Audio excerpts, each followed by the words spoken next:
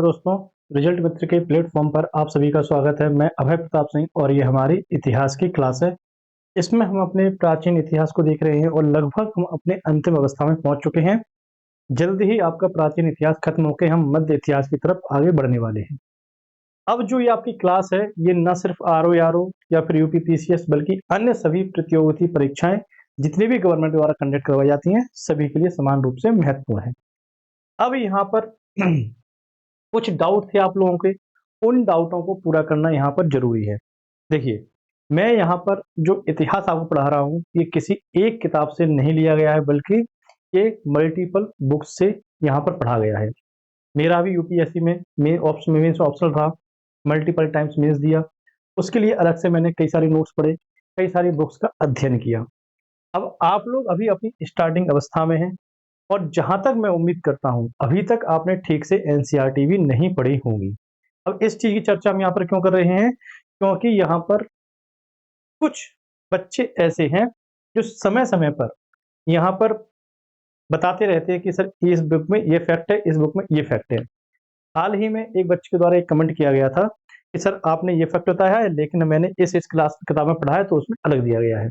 वो किताब कोई ऑथेंटिक किताब नहीं थी, ना ही वो ऐसी किताब थी जिसे इतिहास की किताब माना जा सकता है।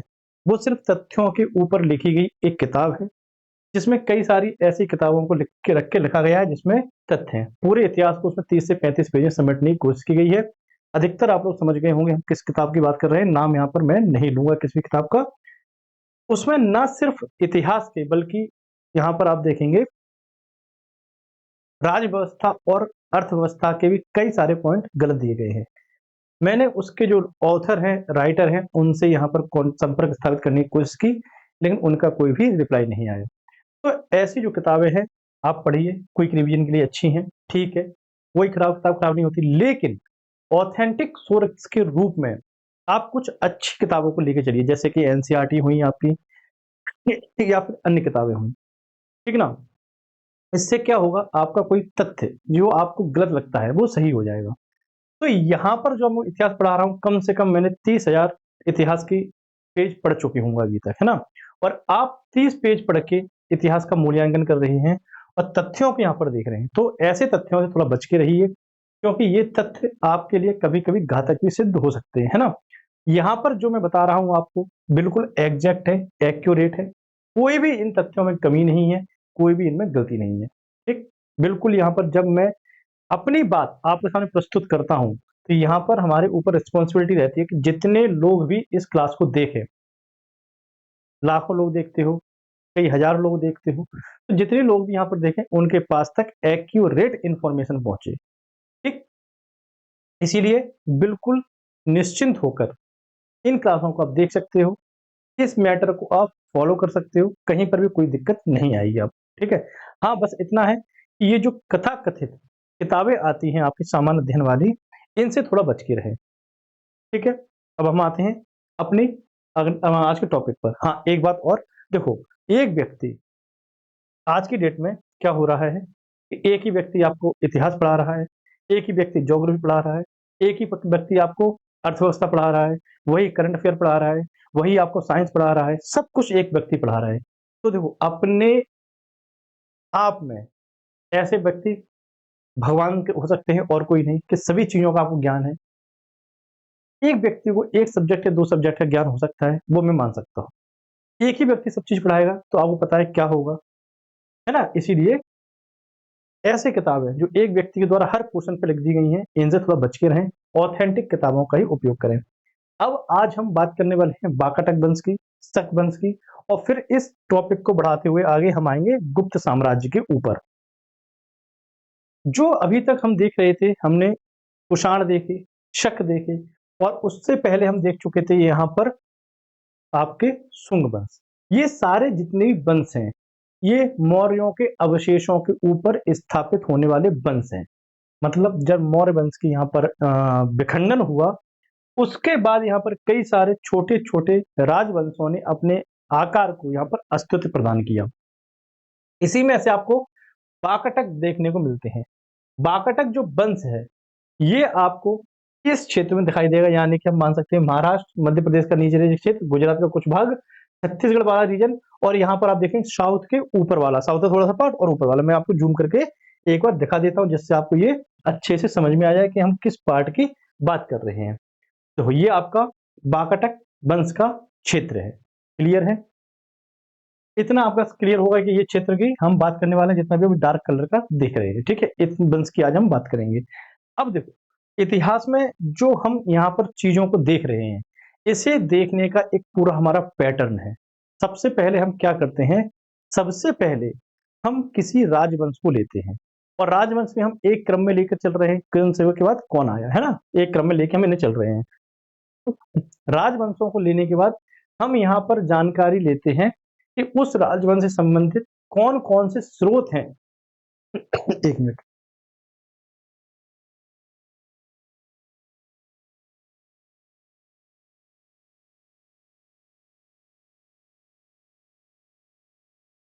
उस राजवंश से संबंधित कौन कौन से हमारे स्रोत हैं जिस पर हम ये बात कर सके कि हाँ, ये जो हम इन्फॉर्मेशन देख रहे हैं ऑथेंटिक है। अब देखो, जब भी मैं यहाँ पर आपको किसी चीज के बारे में या किसी राजवंश के बारे में बताता हूँ, तो साथ में मैं यहाँ पर उसका स्रोत भी बताता हूँ कि इस चीज को प्रूफ करने का हमारे पास कौन सा स्रोत है। जैसे कि हम बाकाटक वंश के बारे में जानकारी लेंगे तो बताएंगे हम आपको कि किन किन आधारों पर हम इन चीजों की पुष्टि करते हैं। गुप्त वंश के बारे में बताएंगे कि किन किन आधारों पर, किन किन स्रोतों के माध्यम से हम गुप्त वंश के इतिहास को जान सकते हैं। सबसे पहले हम किसी राजवंश को लेते हैं, उसके बाद हम सोर्सेस को लेते हैं, फिर आगे बढ़कर हम यहाँ पर उन राजवंश के राजाओं के द्वारा किए गए अपने साम्राज्य विस्तार की बात करते हैं। जब सभी राजाओं के हम साम्राज्य विस्तार को देख लेते हैं, फिर हम बात करते हैं उस वंश की अर्थव्यवस्था की, उस वंश की कला संस्कृति की और उस वंश के साहित्य की, यानी कि कंप्लीट पैकेज हम एक एक करके यहाँ पर चलते हैं। तो यहाँ पर हम बात करने वाले हैं बाकाटक वंश की। और बाकाटक वंश की अगर हम बात करेंगे तो इस वंश का जो संस्थापक था उसके तौर पर हम बिंद शक्ति को देखते हैं। लेकिन कुछ स्रोत ऐसे हैं जो हमें बाकाटक के संस्थापक के रूप में एक अन्य शासक का नाम बताते हैं। अधिकतर जो आप सोर्स देखेंगे इसमें आपको देखने को मिलेगा बिंद शक्ति, लेकिन जो अन्य स्रोत हैं इनके द्वारा हम यहाँ पर बाकाटक वंश के संस्थापक के तौर पर किसे देखते हैं, यहाँ पर हम देखते हैं आपके एक शासक को जिनका नाम क्या है, हरितपुत्र प्रवरसेन। ठीक है, क्या नाम है इनका, हरितपुत्र प्रवरसेन, यानी कि प्रवरसेन प्रथम को हम बाकाटक वंश के संस्थापक के तौर पर भी जानते हैं। लेकिन मोस्ट ऑफ द किताबों में आपको बिंद शक्ति ही देखने को मिलेगा, तो बिंद शक्ति ही आप लगा के आना। ठीक है, अब देखो प्रवरसेन क्या था, यहाँ पर बाकाटक वंश का प्रथम शासक माना जाता है। ठीक, क्लियर, कोई डाउट बिल्कुल नहीं। यानी कि प्रथम शासक अगर हम बात करें बाकाटक वंश के, तो प्रवरसेन को यहाँ पर देखने को मिलते हैं। और यही पहला ऐसा शासक है बाकाटक का जिसने सम्राट की उपाधि धारण की। क्या किया, प्रवरसेन ही पहला ऐसा शासक हुआ जो सम्राट की उपाधि धारण करेगा। अब कोई भी शासक किसी भी प्रकार की उपाधि धारण क्यों करता था, तो देखो, अभी आप इतिहास पढ़ रहे हैं, मैं आपको इतिहास पढ़ा रहा हूं, यानी कि आप चेला हैं, मैं गुरु हूं। एक दिन ऐसा आएगा, गुरु गुड़ हो जाएगा और चेला शक्कर होके महंगी हो जाएगी। शक्कर क्या है, महंगी आती है, गुड़ सस्ता आता है ना। तो आप लोग मेरे से ऊपर निकल जाओगे, अच्छी बात है, खुशी की बात है। तो अब जब आप ऊपर निकलेंगे तो कई प्रकार के यहाँ पर गुरु और चेले होते हैं कि गुरु जी को उनसे ईर्ष्या होने लगती है। ठीक है, तो गुरु जी क्या करेंगे, शिष्य से आगे बढ़ने के लिए अपने नाम के आगे श्री श्री लगा लेंगे। हमारे यहाँ जो पंडित और जो ब्राह्मण होते हैं, ये अपने चेलाओं से ऊपर होने के लिए क्या करते हैं, श्री श्री लगा लेते हैं नाम के आगे। जब इनके चेला भी श्री श्री लगा लेते हैं तो ये अपने नाम के आगे श्री श्री 1008 लगा लेते हैं। जब चेला भी श्री श्री 1008 लगाएगा तो ये अपने नाम के आगे परम पूज्य श्री श्री 1008 लगा लेंगे। परम पूज्य वो लगाएगा तो फिर ये मठाधीश लगा देंगे, मठाधीश्वर लगा देंगे। तो आगे आगे ये अपने उपाधियां लेके चलते हैं। उसी प्रकार से आप देखेंगे जो शासक हुआ करते थे, ये अपने आप को अपनी प्रजा और अपने अधिकारी वर्ग से ऊपर देखने के लिए क्या करते थे, यहाँ पर सम्राट जैसी उपाधियां धारण करते थे, जिससे इनका ओहदा ऊंचा हो जाता था। इसी प्रकार से जब हम मध्यकाल में आएंगे तो यहाँ पर आप एक शासक को देखेंगे जिसका नाम है बलवन। बलवन क्या करेगा, बलवन अपने राज्य के अंतर्गत सिजदा और पैबोस को प्रारंभ करेगा। सिजदा पैबोस क्या होता है, सिजदा पैबोस को आप ऐसे मान सकते हैं कि शासक जो सुल्तान है वो अपने सिंहासन पर बैठा है अपनी सभा में। आप कोई अधिकारी हैं, महत्वपूर्ण अधिकारी, आप उसके दरबार में जाएँगे, सबसे पहले 90 डिग्री झुककर उसे सलाम करेंगे, ठीक? फिर सुल्तान के पास में जाएँगे, साक्षात दंडवत प्रणाम बिल्कुल लेट के करेंगे और उस सुल्तान के बाएँ पैर के अंगूठे को चूमेंगे, ठीक? इसको बाएँ पैर के अंगूठे को आप चूमेंगे। ये पूरा कहलाता था सिजदा पैबोस। ये क्यों होता था? जिससे शासक सर्वोपरिता दिखा सके कि तुम मेरे अधीन हो, है ना? तो यही अधीनता दिखाने के लिए प्राचीन काल और मध्यकाल में शासकों के द्वारा कई प्रकार की उपाधियाँ धारण की गई, जिससे वो अपने आप को अपने अधीनस्थ अधिकारियों, अपने सहयोगियों और अपने अधीन शासकों से ऊँचा दिखा सकें, ठीक? तो इसी प्रकार से प्रवरसेन वाकाटक वंश का प्रथम ऐसा शासक था, जिसने सम्राट की उपाधि धारण की थी। अब यहाँ पर इतना पता चला आपको। अब हम आते हैं आगे, और जब आगे आएँगे तो यहाँ पर देखो, अगर ऑफलाइन क्लास होती, तो जितने भी यहाँ पर लड़के हैं, मैं क्या बोला? जितने भी यहाँ पर लड़के हैं, जो ज़्यादा कमेंट करते हैं, बातें ज़्यादा करते हैं, इन सबसे मैं ऑफलाइन क्लास में सजदा पैबोस करवाता, लड़कियों से नहीं। लड़कियाँ तो हमारे यहाँ क्या है? पूजनीय हैं, माता का अवतार मानी जाती हैं, है ना? तो उनकी पूजा होती है। लड़कों को किसका अवतार माना जाता है? बंदरों का, ठीक है? होता है ना, जो आपने देखो नवदुर्गा में हमारे यहाँ पर कन्याओं वाला भोज होता है, तो उसमें कन्याएँ होती हैं और लंगूर के नाम पर लड़कों को बुलाया जाता है। तो तुम लोग लंगूर हो और तुम लोगों से मैं सजदा पैबोस करवाता, महिलाओं से नहीं, लड़कियों से नहीं, वो पूजनीय होती है, ठीक है? इसलिए चुप रहना कि कभी तुम लोग अगर मिल गए ना मुझे ऑफलाइन क्लास में, तो समझ लेना, लाइन से तुम सबसे ना, हाँ, फिर आगे तुम समझदार हो। अब आगे आओ। प्रवरसेन इतिहास में एक महान विजेता के तौर पर जाना जाता है। प्रवरसेन कौन? जिसने सम्राट की उपाधि ध्यान रखी थी, इसे हम इतिहास में एक महान विजेता के तौर पर जानते हैं। इसकी इस बात की पुष्टि कैसे होती है कि यह एक महान विजेता था? तो इसके संदर्भ में हमें पता चलता है कि प्रवरसेन ने 4 अश्वमेध यज्ञ और कई वाजपेयी यज्ञों का यहाँ पर आयोजन किया था। देखो, अश्वमेध यज्ञ क्या होता है? कई बार बता चुका हूँ। वाजपेयी यज्ञ एक बार मैं बता देता हूँ। जब अश्वमेध यज्ञ किया जाता था, तो इसमें जो अधीन शासक थे, उनको भी इनवाइट किया जाता था और ये लोग महँगे-महँगे तोहफ़े लेकर सुल्तान के सामने उपस्थित होते थे।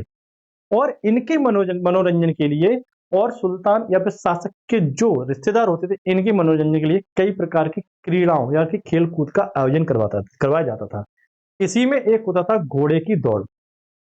ये जो घोड़े की दौड़ होती थी, इसमें शासक के सगे-संबंधियों के घोड़े और साथ में यहाँ पर आप देखेंगे, जो अन्य यहाँ पर शासक होते थे, अधीनस्थ शासक, इनके भी घोड़े यहाँ पर दौड़ते थे। साथ में जो शासक है, जो अश्वमेध यज्ञ कर रहा है, उसका भी घोड़ा दौड़ेगा रेस में। अश्वमेध यज्ञ अलग है, ये वाजपेयी यज्ञ, इसी प्रकार के अन्य यज्ञ आपको देखने को मिलेंगे, ठीक है? राजसूय यज्ञ हुआ, जैसे वाजपेयी यज्ञ हुआ। इसमें जो लोग आते थे, उनके मनोरंजन के लिए घुड़दौड़ की जाती थी। मोबाइल तो थे नहीं उस समय के, चेयर से बैठ के क्या करें, अपने-अपने मोबाइल में लगे रहें। आजकल जो शादी फंक्शन होते हैं, आप देखना इसमें, जो महिलाएँ होती हैं, वो तो संगीत-वंगीत में लगी रहती हैं। पुरुष क्या करें? बात करेंगे तो फूफा जी नाराज़ हो जाएँगे, मामा जी नाराज़ हो जाएँगे, तो उन्हें मनाते घूमो। इससे अच्छा अपने-अपने मोबाइल में व्यस्त रहो। तो जो टेंट त्रिपाल पंडाल जी बोलते होंगे, वो लगा रहता है, उसमें बैठे-बैठे अपने-अपने मोबाइल चलाते रहते हैं। उस टाइम ऐसी कोई व्यवस्था थी नहीं, ना व्हाट्सएप थे, ना टेलीग्राम था, ना इंस्टाग्राम था, जिससे रील्स देख सकें। तो यहाँ पर आप देखेंगे, ये शासक क्या करते थे, मनोरंजन मनोरंजन के लिए इन घोड़-दौड़ों का आयोजन करवाते थे। अब इसमें सभी के घोड़े दौड़ते थे, राजा का भी, राजा के अधीनस्थ अधिकारियों के भी, परिवार वालों के भी, और जो अधीनस्थ राजा हैं, उनके घोड़े भी। अब अगर इनमें से राजा का घोड़ा हार जाए, तो राजा की इंसल्ट हो जाएगी।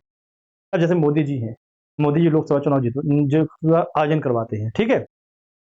इसमें मोदी जी के नाम पर कई ऐसे कैंडिडेट जीत जाते हैं, जिनने कभी सपना नहीं देखा हो इलेक्शन जीतने का। अब पता चले अचानक से मोदी जी ही हारते हैं। जब आपका सुल्तान ही हार गया, तो बड़ी किरकिरी होगी, जैसे कि 2019 के में हमने देखा था, कांग्रेस के जो प्रेसिडेंट थे, जैसे हम कह सकते हैं, उस टाइम शायद राहुल गांधी ही थे, वो अपना सीट लूज़ कर गए थे। तो उसमें क्या कांग्रेस का भी किरकिरी हुई। इसी प्रकार से किसी पार्टी का ऐसा आपको नुकसान देखने को मिलता है। अब जब राजा ही अपना घोड़ा हार जाए, इससे क्या होगा? राजा की छवि को यहाँ पर धक्का लेगा, और राजा को तो दैवीय अवतार माना जाता था, देवता का अवतार माना जाता था, तो कैसे उसका घोड़ा हारे? तो क्या किया जाता था, इसमें पहले से पूरी सेटिंग कर दी जाती थी कि भैया दूसरे, तीसरे, चौथे पर किसी का भी घोड़ा बना रहे, लेकिन पहले नंबर पे नहीं आना चाहिए तुम्हारा। पहले नंबर पर केवल सुल्तान का आएगा, ठीक? तो क्या होता था, पहले नंबर पर केवल सुल्तान का आएगा, सुल्तान घोड़े को ही जीतना है यहाँ पर। इसीलिए यहाँ पर पहले से फिक्स किया जाता था कि सुल्तान नंबर घोड़ा पहले नंबर पर आएगा, दूसरे तीसरे पर हम देख लेंगे। ठीक, तो इस प्रकार से यहाँ पर सब चीजें फिक्स रहती थी शासक को आगे दिखाने के लिए। आगे आप देखेंगे बाकटक वंश, जो ये वंश है, इसने क्या किया, गुप्त वंश के साथ में वैवाहिक संबंध स्थापित किए। क्या क्या बाकटक वंश ने गुप्त वंश के साथ में यहाँ पर वैवाहिक संबंध स्थापित किए, और इन वैवाहिक संबंधों के अंतर्गत हम देखते हैं चंद्रगुप्त द्वितीय ने अपनी पुत्री का विवाह क्या किया, यहाँ पर प्रभावती का विवाह रुद्रसेन द्वितीय के साथ करवा दिया। यहाँ पर देखो चंद्रगुप्त द्वितीय ने अपनी पुत्री का विवाह करवाया है किसके साथ में, प्रभावती का विवाह रुद्रसेन द्वितीय के साथ में करवाया है। तो यहाँ पर आप देखेंगे बाकटक और किसके साथ, गुप्त वंशों के बीच में वैवाहिक संबंध भी स्थापित हुए। अच्छा ये बताओ, अगर दो वंशों के बीच में वैवाहिक संबंध स्थापित हो रहे हैं, इसका तात्पर्य क्या है, इसका अर्थ क्या है? मैं आपसे क्या कहता हूं कि हमेशा रटने पर ध्यान मत दो, हमेशा तथ्यों पर ध्यान मत दो। आपको ध्यान कहां देना है, आपको ध्यान देना है चीजों को समझने के लिए। अभी मैं आपको बता दूं, पानीपत का युद्ध 3 हुए थे। ठीक, पहला पानीपत, दूसरा पानीपत, तीसरा पानीपत। ठीक है, कब कब हुए थे ये भी बात बता दूं, किन किन के बीच में हुए थे ये भी बता दूं। इससे काम हो जाएगा आपका। अभी तो आपको बड़ा मजा आएगा, पिछले पेपर सॉल्व करने में हो जाएगा, लेकिन जब तक आप डीपली नहीं घुसेंगे तब तक आपको ज्ञान नहीं होगा।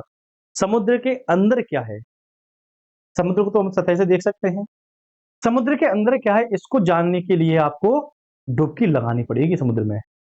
उसी प्रकार से यूपीएससी क्रैक करने के लिए अंदर तक जाना पड़ेगा सिलेबस में। अब मैं आपको पानीपत के बारे में पढ़ा दूं, ठीक, लेकिन यूपीएससी 2 कदम आगे। यूपीएससी क्या पूछेगा आपसे, स्टेट पीसीएस होगा वो तो पूछ लेगा पानीपत का प्रथम युद्ध किन किन के बीच में हुआ, कब हुआ, ये पूछ लेगा। लेकिन यूपीएससी पूछता है कि सबसे अधिक युद्ध पानीपत के मैदान में ही क्यों हुए, कारणों को स्पष्ट कीजिए। एक कदम आगे चलेगा आपसे। इसी प्रकार से कोई ऐसा तथ्य जहां आपको फंसाया जा सके वहां आप फंस जाएंगे। ये है यूपीएससी, तथ्यों का खेल नहीं है यहाँ पर, यहाँ खेल है कॉन्सेप्ट का, कि आपने अगर किसी चीज को पढ़ा उस पर विचार कितना किया। कोई बड़ी बात नहीं है क्रैक करना।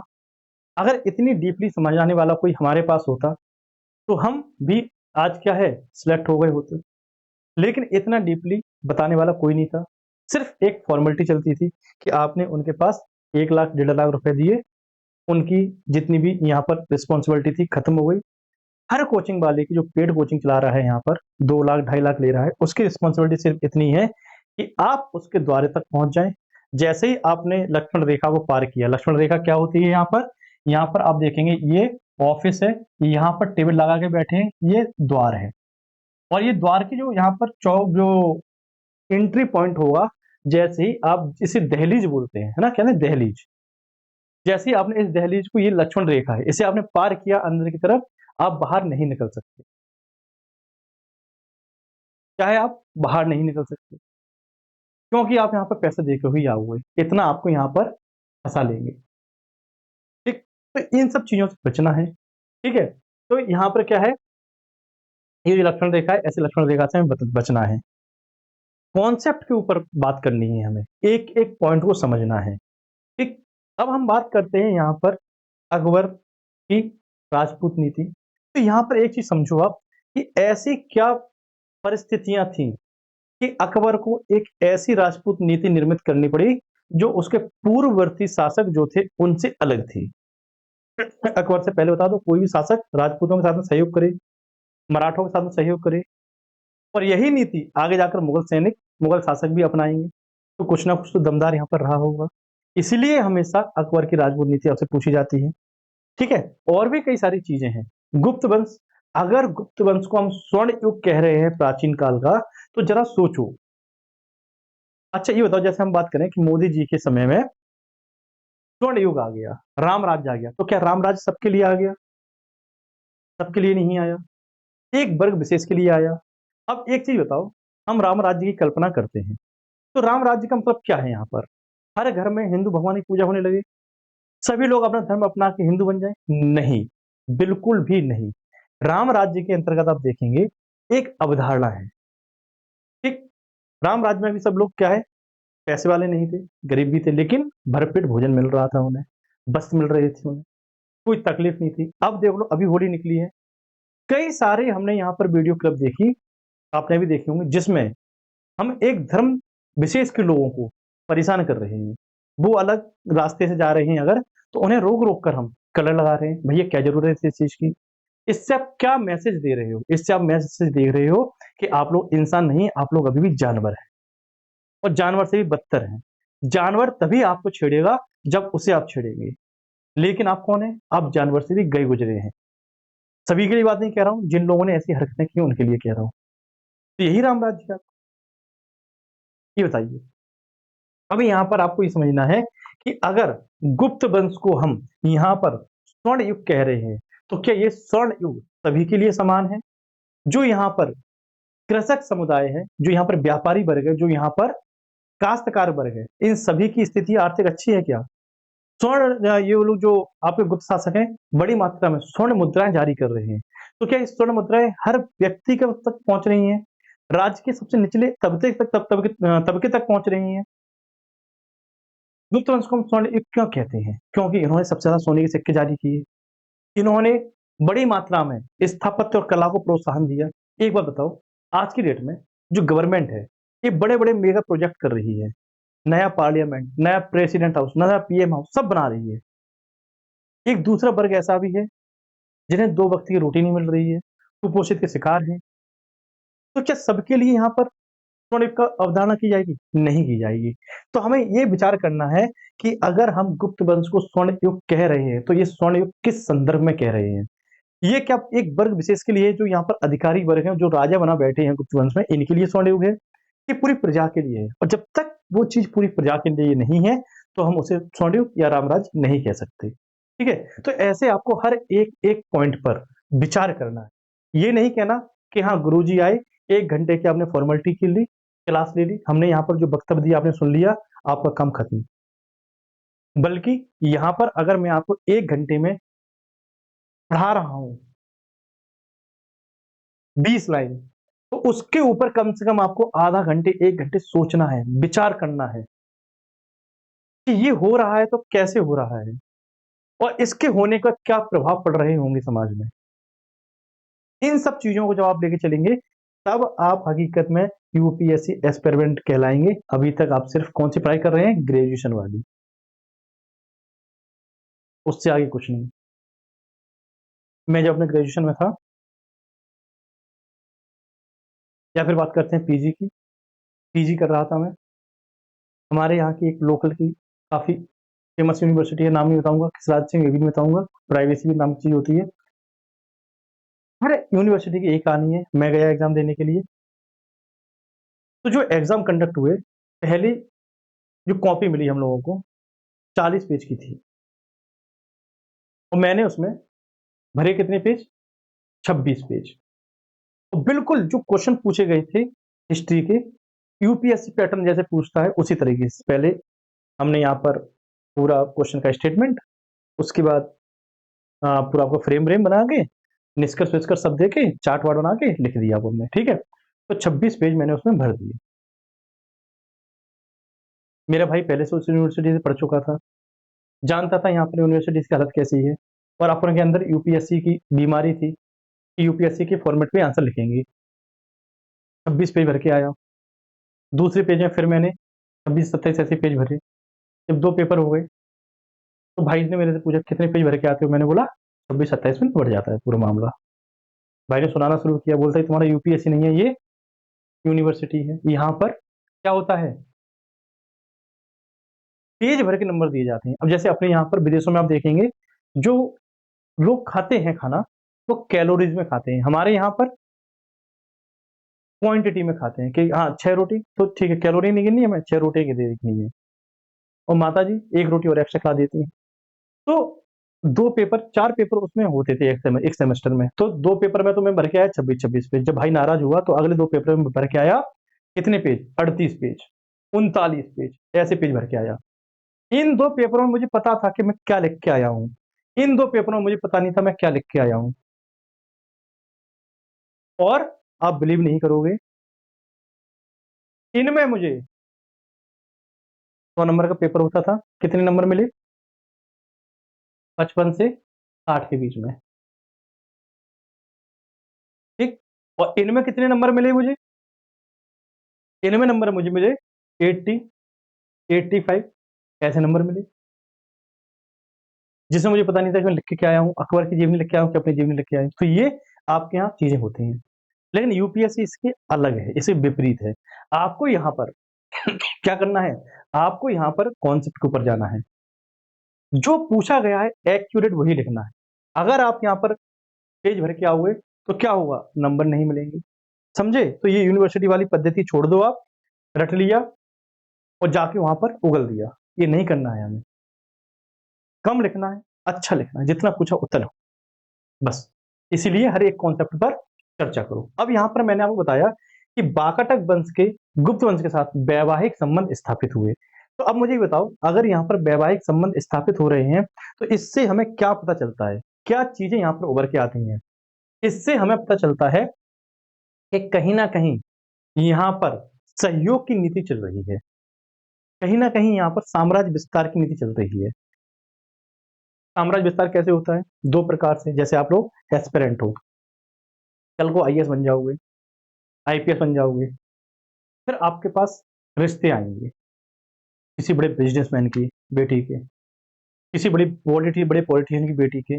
आप क्या करोगे? लालच में आओगे कि हाँ, अगर शादी करेंगे तो पावर बढ़ जाएगी हमारी, है ना? तो इस प्रकार से यहाँ पर क्या हुआ? यहाँ पर आप भी तो अपना विस्तार कर रहे हैं, एक वर्ग से दूसरे वर्ग में जाने की कोशिश कर रहे हैं। तो वही चीज आप यहाँ पर देखेंगे, जब यहाँ पर बाकाटक ने गुप्त वंश के साथ में शासन स्थापना, वैवाहिक संबंध स्थापित किए, तो अब ये लोगों ने सहयोग की नीति अपनाना प्रारंभ किया और अब ये बड़े क्षेत्र पर एक साथ मिलकर शासन करना प्रारंभ कर देंगे, ठीक। इसी के तहत आप देखेंगे गुप्त शासक चंद्रगुप्त द्वितीय ने अपनी पुत्री की विवाह प्रभावती, जिनका नाम था, उनका किसके साथ किया? रुद्रसेन द्वितीय के साथ में करवा दिया। क्लियर? तो आ गया। इसी प्रकार से हम यहाँ पर देखेंगे पृथ्वी सेन क्या थे यहाँ पर? पृथ्वी सेन भी समकालीन गुप्त शासक थे, किसके? समुद्रगुप्त के।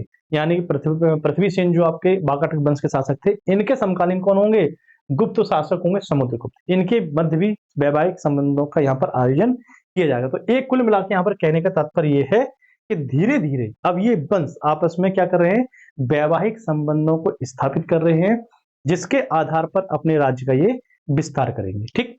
अब देखो, जो बाकाटक शासक है, बाकाटक शासकों के द्वारा यहाँ पर क्या किया? साहित्य को और यहाँ पर स्थापत्य को भी योगदान दिया गया है, काफी महत्व प्रदान किया गया। अब ये जो बाकाटक शासक हैं, इन्होंने अजंता की गुफाओं में चित्रकारी का आयोजन करवाया। क्या करवाया?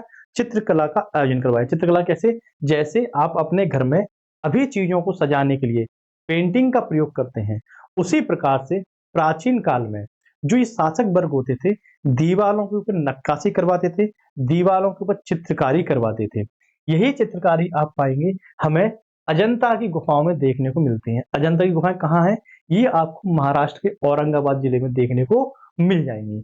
अब यहाँ पर आप देखिए, बाकाटक शासकों ने अजंता की गुफाओं की जो 16वीं और 17वें नंबर की गुफा है, इनमें क्या करवाया? इनमें यहाँ पर चित्रकारी का आयोजन करवाया, ठीक है। यहाँ पर चित्रकारी करवाई, कौन कौन से में? 16 और 17 में। अब देखो, ये जो आप देख रहे हैं,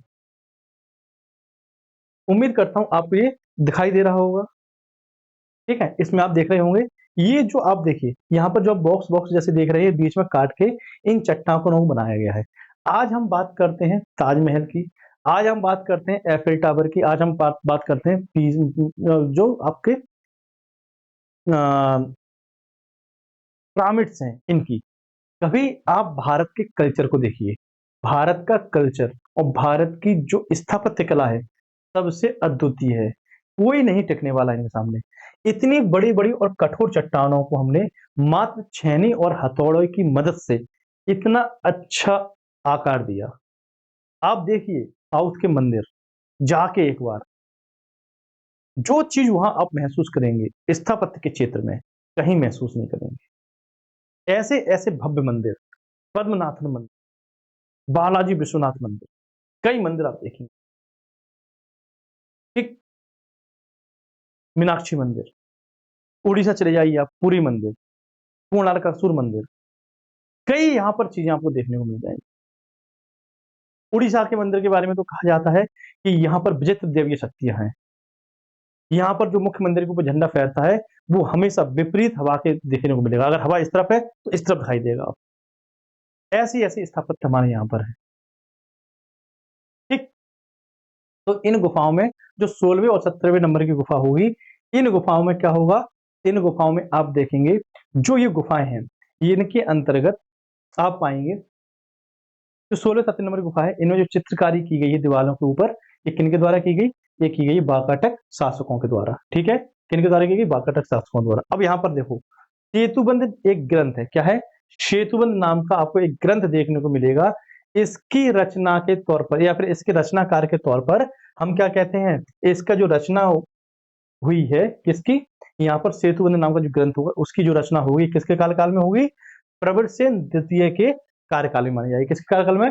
प्रवरसेन द्वितीय के काल। शासकों के बारे में आपको इतना जानना है, इससे ज्यादा नहीं जानना। अब हम आएंगे अपने आगे के शासकों के बारे, आगे के और अन्य लोगों के बारे में। अब देखो, अब आपको ये समझना है कि जब मौर्य साम्राज्य का यहाँ पर अंत हुआ तो इनकी जगह, इनके अवशेषों पर कई सारे छोटे छोटे शासक हमें देखने को मिलते हैं।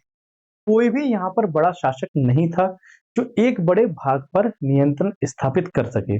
जब कोई बड़ा शासक नहीं होगा तो उत्तर पश्चिम की तरफ से भारत में आक्रमण करने वाले आक्रांताओं की संख्या बढ़ जाएगी।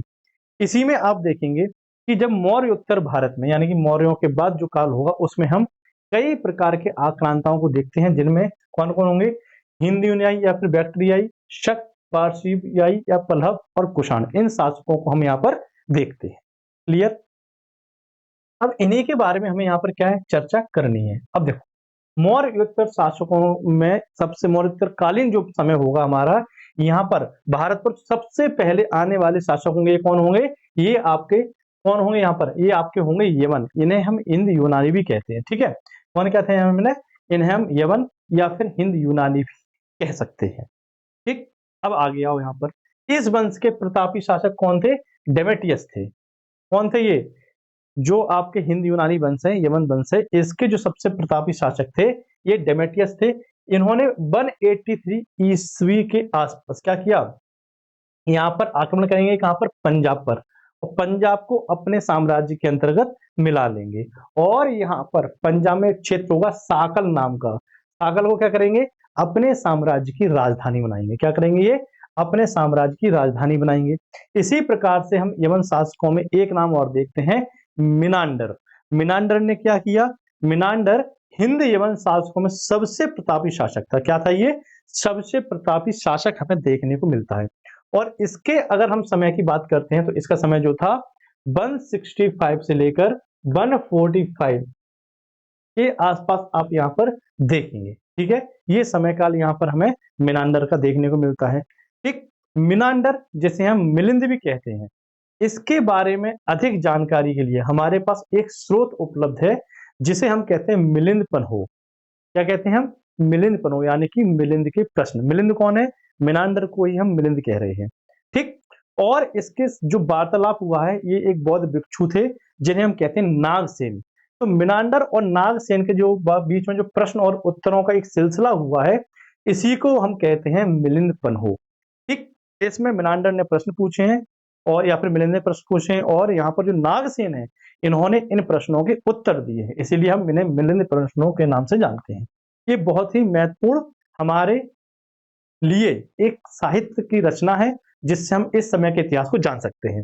अब यहाँ पर बात आती है यवन शासकों का भारत पर प्रभाव। देखो, यवन शासकों का भारत पर अधिक प्रभाव पड़ा, इसको आप इस बात में समझ सकते हैं जैसे कि पुर्तगाली पुर्तगाली शासकों ने जब भारत पर आक्रमण किया या फिर भारत के ऊपर नियंत्रण किया, समय जरूर इनका एक कम प्रभावशाली समय रहा हो, लेकिन इनकी जो देन है ये काफी बड़ी बड़ी देन भारत को लिए सिद्ध हुई। उसी प्रकार से आप देखेंगे जो यहाँ पर यवन शासक हैं, इन्होंने अल्प समय के लिए भारत पर शासन किया, लेकिन जो चीजें इन्होंने भारत को प्रदान की वो काफी महत्वपूर्ण थी।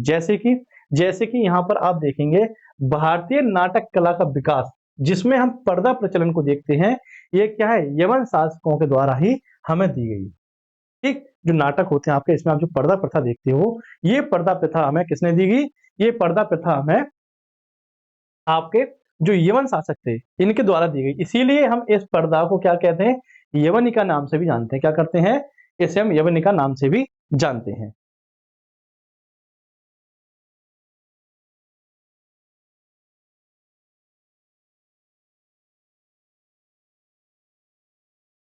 तो यहाँ पर जो नाटकों में हम क्या करते हैं, यहाँ पर नाटकों जो हम यवन कहते हैं, जैसे पर्दा कहते हैं, ये क्या है, ये भी हमें यवनों से ही मिली है ना, जिसे हम यवनिका के नाम से जानते हैं। अब देखो, अब यहाँ पर जब आगे बढ़ेंगे तो यहाँ पर आप पाएंगे हिंद यवन शासकों ने ही क्या किया, सर्वप्रथम भारत में सोने के सिक्कों का प्रचलन किया। भारत में जो सोने के सिक्के थे, गोल्ड कॉइन्स थे, इनका प्रारंभ भी भारत में यवन शासकों के द्वारा किया गया। ठीक, अब यहाँ पर आगे जब हम बढ़ेंगे तो यहाँ पर देखो, सर्वप्रथम हिंद जो यवन शासक थे, इन्होंने क्या किया, सिक्कों पर राजाओं के चित्र और उनके नाम को अंकित करना प्रारंभ किया।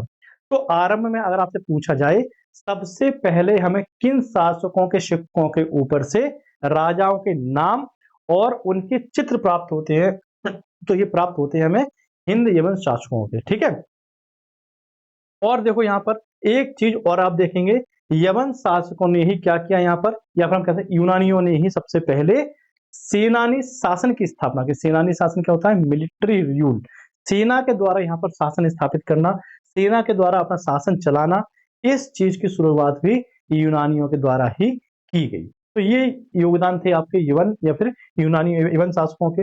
अब देखो, सांचे में ढाली गई मुद्रा की विधि भारतीयों ने क्या यूनानियों से सीखा। अब यहाँ पर आपने देखा होगा, आज के समय हम लोग क्या करते हैं, हम लोग सिक्कों को ढालने के लिए टकसालों का प्रयोग करते हैं। टकसाल क्या होते हैं, मिंट जिसे बोलते हैं, जहां पर सिक्कों की ढलाई होती है, मेटल को काट काट के हम सिक्के को छापते हैं। आजकल सब चीज ऑटोमेटिक है, कंप्यूटर में हम सॉफ्टवेयर फिट करते हैं, सॉफ्टवेयर में इंस्ट्रक्शंस देते हैं कैसे कैसे हमें चीजों को यहाँ पर चाहिए, उसी प्रकार से हम उसे ओके कर देते हैं, कमांड दे देते हैं, तो उसी आधार पर हमें यहाँ पर मशीनों के द्वारा कॉइन प्राप्त हो जाते हैं। लेकिन पहले ऐसी पद्धति नहीं थी, पहले हम अपने हाथों से पूरा काम करते थे, मेटल को गलाते थे, सांचों में ढालते थे, और यहाँ पर क्या करते थे, उन ढले हुए सांचों से ही हम यहाँ पर मुद्रा की प्राप्ति करते थे। लेकिन इससे पहले भी एक और पद्धति थी, ये पद्धति तो हमने किससे सीखी, ये पद्धति सीखी हमने यूनानियों से। इससे पहले जो भारत में पद्धति प्रचलन थी, इसमें हम मेटल के टुकड़े को लेते थे, उसे गलाते थे, फिर उसे एक आकार देने के बाद अपने भारी भारी हाथ औजारों से ठोकते पीटते थे, जिससे उसे हम एक शेप में, एक आकृति में ढालते थे। ठीक है, अब इसके बाद जब यहाँ पर यवन या फिर यूनानी आए, इन्होंने क्या किया, इन्होंने भारत में सिक्कों को ढालने के लिए एक नई पद्धति थी, जिसके तहत इन्होंने हमें सांचे बताए। सांचे क्या होते हैं, जैसे आपने दीपावली निकल के गई, सॉरी अभी होली निकल के गई है, तो होली में आपने एक स्वीट खाया होगा, गुजिया बोलते हैं जिसे। ठीक है, ऊपर की जो कोटिंग होती है, उसके लिए हम यहाँ पर मैदे का प्रयोग करते हैं, अंदर उसके ऊपर अंदर जो खोया होता है उसको ड्राई फ्रूट्स मिला के उसे बनाते हैं। कई लोग जानते भी होंगे आप लोग, है ना, क्योंकि सभी हम लोग ग्रामीण और मध्यम परिवार से बिलोंग करते हैं, हम सब जानते ही हैं। तो यहाँ पर आप देखें, जैसे हम गुजिया को बनाने के लिए सांचे का प्रयोग करते हैं, उसी प्रकार से इन मुद्राओं को बनाने के लिए सांचे का प्रयोग किया जाता था। तो सांचे में हम मुद्रा को ढाल ढाल के यहाँ पर इनका निर्माण करते थे। ठीक, ये योगदान जो थे आपके किसके थे, ये योगदान थे आपके यवनों के। यवन के बाद हमें यहाँ पर शक दिखाई देंगे। कौन दिखाई देंगे, हमें शक दिखाई देते हैं। शक मध्य भारत से संबंधित एक क्या थे, जनजाति थे। शक कौन थे, ये मध्य भारत से संबंधित एक जनजाति थे। इनका उल्लेख हमें चीन ग्रंथों में भी देखने को मिलता है। अब जो शक शासक हैं, ये ना सिर्फ हमें भारत में बल्कि ये हमें चीन के ग्रंथों में भी देखने को मिलते हैं। अब यहाँ पर एक चीज समझिए, शक जो शासक हैं, ये आरंभ में भारत की तरफ आकर्षित न होकर चीन की तरफ आकर्षित हुए थे। चीन पर निरंतर ये लोग आक्रमण करते, वहां पर उपद्रव करते, वहां पर लूटपाट करते और शासन कुछ क्षेत्रों में स्थापित कर लेते। इसी सभी चीजों से परेशान होकर और इन्हीं के साथ में मंगोलों से परेशान होकर चीन के शासक ने विशाल दीवार का निर्माण करवाया, एक बड़ी दीवार का निर्माण करवाया, जिससे शकों से बच सकें और यहाँ पर मंगोलों से बच सकें। जब शकों के प्रतिरोध के तौर पर चीन शासक ने दीवार का निर्माण करवा दिया, तो हमें यहाँ देखने को मिलता है शकों के पास कोई विकल्प नहीं बचा। फिर इन्होंने मध्य एशिया की तरफ मूव किया और फिर नीचे की तरफ आए, कहाँ, भारत की तरफ। अब आप बोलेंगे कि भारत की तरफ इतने शासक क्यों निरंतर आ रहे हैं, जो भी कोई आएगा भारत की तरफ आएगा और जाएगा कोई नहीं। तो इसके रीजन को आप देखने के लिए आपको समझना होगा उस समय के भारत की लोकेशन। भारत की लोकेशन की अगर हम चर्चा करते हैं यहाँ पर, तो देखो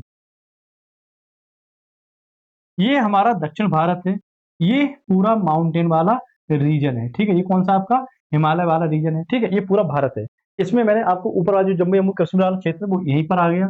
ये अखंड भारत मान लीजिए, मतलब ईरान का कुछ क्षेत्र, अफगानिस्तान और पाकिस्तान वाला रीजन है इसमें, ठीक है। अब यहाँ पर आप एक चीज बताओ, यहाँ पर है आपका चाइना वाला क्षेत्र। यहाँ पर इन्होंने क्या किया, यहाँ पर दीवार का निर्माण करवा दिया, ग्रेट वॉल ऑफ चाइना का निर्माण करवा दिया। अब एक बात बताओ मुझे कि भारत में अगर कोई शासक शासन करे तो कितनी अच्छी जगह है। कैसे, यहां पर क्या है, यहां पर अरब सागर, यहां पर है आपका अरब सागर। या फिर थोड़ा ऊपर की तरफ शिफ्ट कर देते हैं हम अपने अरब सागर को, तो जिससे हमें यहाँ पर क्या होगा, जिससे हमें अन्य चीजें देखने को मिल जाएंगी, ठीक है। ये हम इतना बनाते हैं, दक्षिण भारत भारत भारत बनाते हैं, ठीक है। अब यहाँ पर आप देखेंगे क्या होगा, इस तरफ होगा आपका अरब सागर,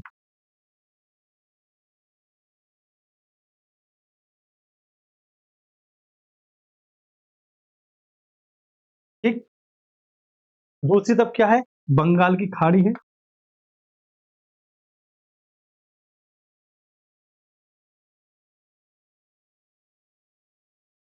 और नीचे क्या है हमारा, हिंद महासागर है।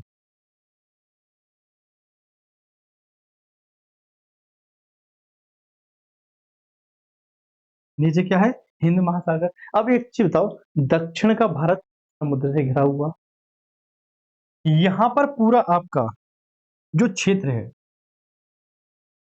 ठीक है, ये क्या है आपका हिमालयन श्रेणी,